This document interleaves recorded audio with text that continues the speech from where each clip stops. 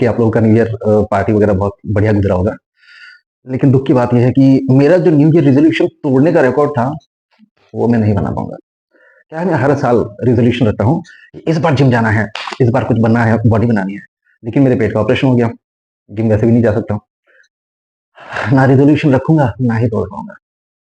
लेकिन चलो, किसी की तो ख्वाहिश पूरी होगी, क्योंकि मेरी वाइफ़ जो है, उसको बस बहाना चाहिए था कि चिकन नहीं बनाना है, मसालेदार नहीं खाना है, हेल्दी फूड खाना है, उसको बहाना मिल गया। अब जब से ऑपरेशन हुआ है, खिचड़ी, खिचड़ी, खिचड़ी, ज़िंदगी खराब हो गई।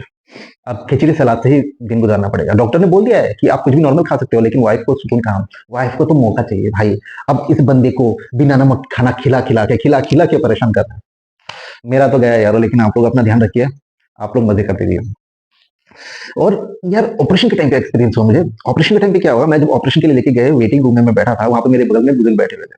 उनके पैर का ऑपरेशन होना था, हम लोग बात करते आपस में। तभी 2 डॉक्टर्स आए, यंग लड़के थे, और वो लोग आपस में बात कर रहे थे। एक बंदा बोल रहा है, "पैर का ऑपरेशन है आपका?" ठीक है। साइड में और बैठा हुआ है, "भाई, ऑपरेशन का शर्मा जी करने वाले हैं।" "भाई, वही शर्मा जी जो पिछली बार ये गलत पैर ऑपरेशन कर दिया था?" "हाँ, हाँ, वही है, लेकिन इस बार उन्होंने बोला है कि नहीं, नॉर्मल होगा।" और इस कन्वर्सेशन के दौरान मेरे बगल में जो बुजुर्ग बैठे थे, वो उतर के बोलते हैं, नहीं नहीं भाई, मैं मुझे नहीं करवाना दूसरे गलत पैर का ऑपरेशन, में जा रहा हूँ। जब ऑपरेशन के टाइम पे जब हॉस्पिटल में एडमिट था, तो मैंने एक्सपीरियंस किया कि हॉस्पिटल में बहुत सारी चीजें बदल गई हैं। जैसे मेरे पिताजी का जब ऑपरेशन हुआ था, उनका भी प्राइवेट हॉस्पिटल में हुआ था, लेकिन वो गंदा सा, बदबूदार, अलग अलग मिलाने वाले लोग, च्याव म्याव होने वाले। लेकिन अब जो हॉस्पिटल की सर्विस है, वो बिल्कुल अलग है। प्राइवेट हॉस्पिटल में था, क्या शान है, बिल्कुल।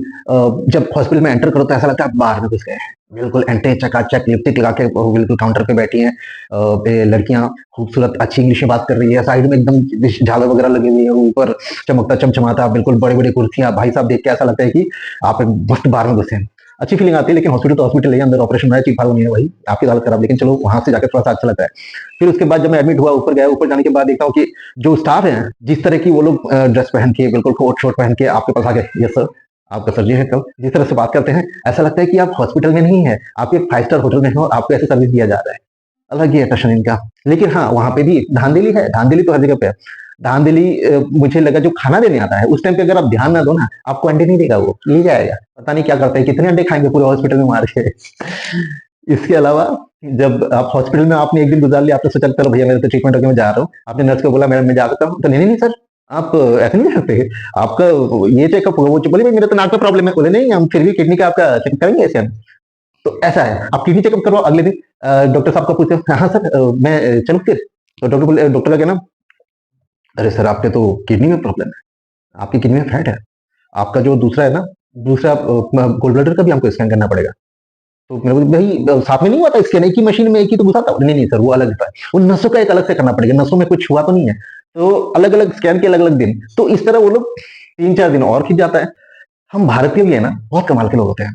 हम कहीं पे भी 2 लोग कुछ समय बिता लेते हैं ना, तो रिश्तेदारी बन जाती है। अभी जैसे हॉस्पिटल में एडमिट था, उस दौरान मैंने देखा कि जैसे बैठा कुछ दिन, मतलब कुछ घंटे ही बीते थे, तो आस-पड़ोस में बातें होने लगी, दोस्ती हो गई फट से। मेरे बगल में एक चाचा थे, चाचा को मैंने पूछा, "और चाचा जी, आपको क्या हुआ?" "बेटा, मेरा तो पूरे बदन में खलबली सी होती रहती है, पता नहीं क्या होता रहता है।"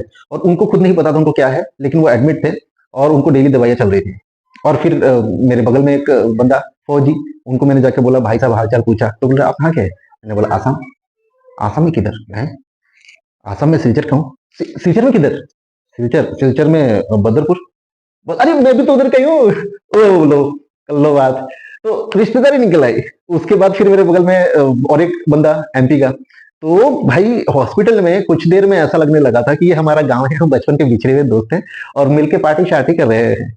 एक बंदे का पैर का ऑपरेशन हुआ एक्सीडेंट करके, दूसरे का भी पैर का ही ऑपरेशन था, और चाचा को तो पता नहीं था उनको हुआ क्या था, और मेरे पेट में ऑपरेशन होना था। तो भाई, सब किसी की सर्जरी हो गई है, किसी की होने वाली है, और हम लोग बैठ के रात को पत्ते खेल रहे हैं, ये ले, ये ले।